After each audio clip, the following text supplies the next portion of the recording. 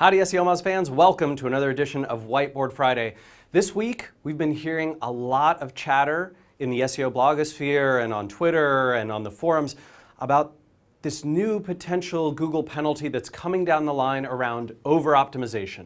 Now, one of Google's representatives mentioned at a conference, South by Southwest, down in Austin, Texas, about a month ago actually, that Google would be looking into penalizing over-optimized websites and folks who had engaged in sort of over-the-top SEO. And there's been a lot of speculation around when that's coming out, whether that's coming out. There's a few things happening actually this week and last night about, hey, is this already something we're seeing? Seer Interactive, right? Will Reynolds' fantastic SEO company out of Philadelphia had this penalty and people were wondering whether that was related to this. Not really sure.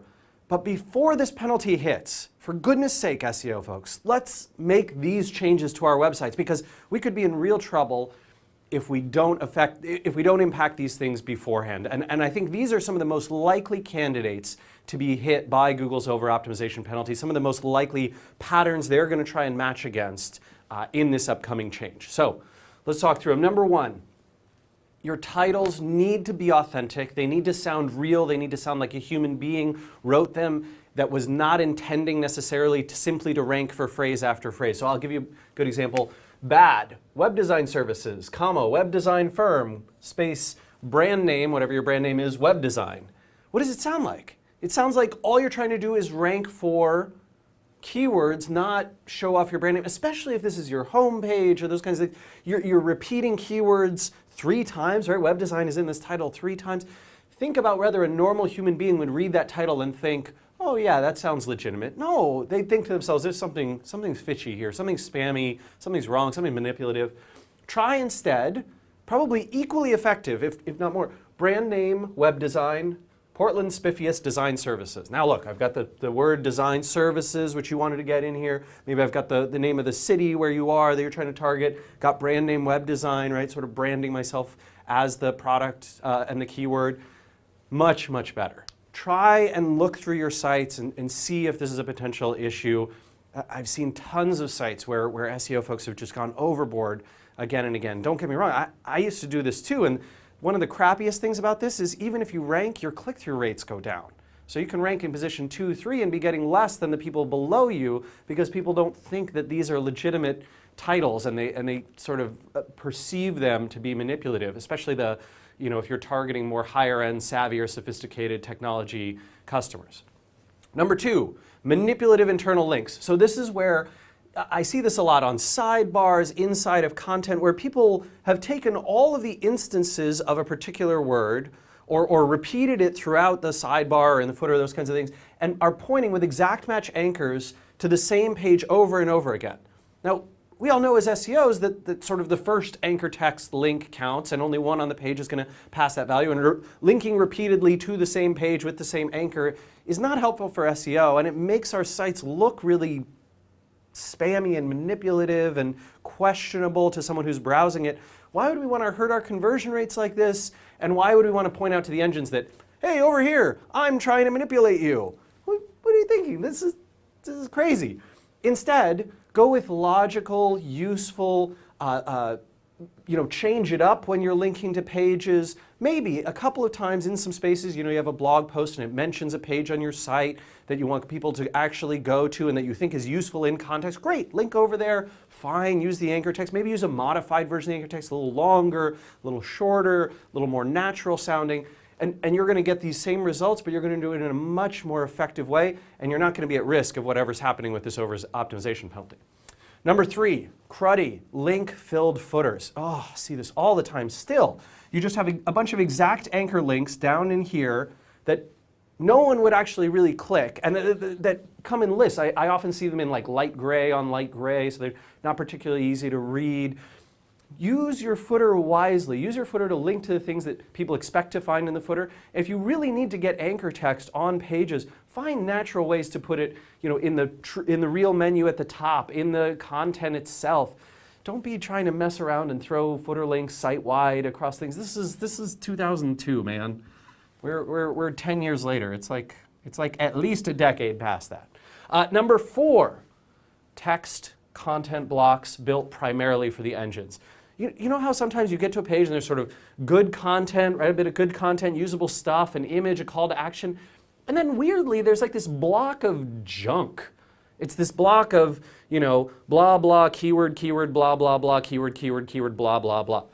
Why is that there? Why does that exist? Does that really work? Does that really trick the engines? Yeah, that tricks them into thinking that they should penalize you.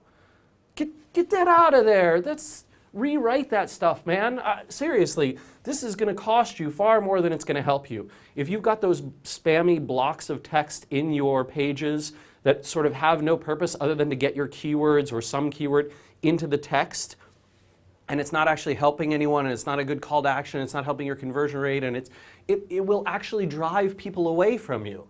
Why are you trying to rank if not to get people to do good things on your site and like your brand and appreciate you and come back again and again and tell their friends and share it socially and link to you? Don't be putting this stuff in here. This is dangerous for all those reasons and super dangerous given this over-optimization penalty that's potentially coming down the line. Number 5. Backlinks from penalty likely sources. So this is one of the toughest ones because it's really hard to control if you've already gotten links from these places. But you can see with those 700,000 Google Webmaster Tools pings that they sent everybody that said, hey, it looks like you've done some manipulative linking and that kind of thing. Be really careful for all of these. Link networks, anything that says private link network, or I have a link network and I'll place your site on it, or building up a network of sites that you then interlink to one another. Come on, there's so many better ways to get links. I mean, you're putting a lot of time and effort and energy into building all that stuff. You can do so many authentic things with that time. This is time terribly spent. Comment spam, especially those that are sent through automated software blasts, right? So you think of your XRumor or your SE Nuke or the article marketing robot or whatever that's going to submit your site to tons of places or find open holes in the web where they can leave comments and link spam and that kind of stuff. Forum signature links. This is actually one where I suspect it's one of the places where Google really gets to know, hey, this guy clearly is a manipulative sort of black hat, gray hat SEO, because look, they're pointing to the same site where we found all the link spam from forum signatures, particularly on webmaster sorts of boards, that clearly indicates that's their site and they're trying to rank for it and all that kind of stuff, and they've got a long profile and they keep linking to all these things from their forum signatures. I'd just be very cautious about those. Not saying don't link to it, but maybe don't use your exact match anchor text. Try and make it more of a branding play. Try and make it more authentic feeling. Certainly participating in communities is a great thing. Just watch that. Reciprocal lists, right? People who are emailing each other back and forth and saying, hey, I'll put you on my list of links, you put me on yours. Oh, and we'll do it 20 times and we'll form this big reciprocal circus that's going to get all of us penalized. How great is that? Article marketing sites. I've talked about article marketing in the past. Generally, when you see, hey, we are an article marketing site and we can help you rank higher and submit your content to us and we'll link out. And the same is true for SEO-focused directories. Anytime you see a site that is essentially extolling the virtues of participating there or contributing there as being primarily related to the link and the anchor text and the page rank you're going to get, you can bet your sweet hiney that Google does not want to count that, right? That's exactly what they're trying to prevent. And I'd worry, whether it's this penalty or a penalty that Google makes in the future, that this is the kind of stuff that gets hit. Last one, number 6, large amounts of pages that are targeting very similar kind of modified versions of keywords and keyword intents with only slight variations. Slight variation being sort of the key here. So think, used cars Seattle, used auto Seattle, pre-owned cars Seattle. Why are those 3 different pages? This sort of feels like keyword-y, SEO-y spam, right? And then they're just pointing exact match anchors at all of these. This is the same page. And you can target all 3 of these keywords very nicely on one page that's called used and pre-owned cars and cars/autos in Seattle. Great, one page, good.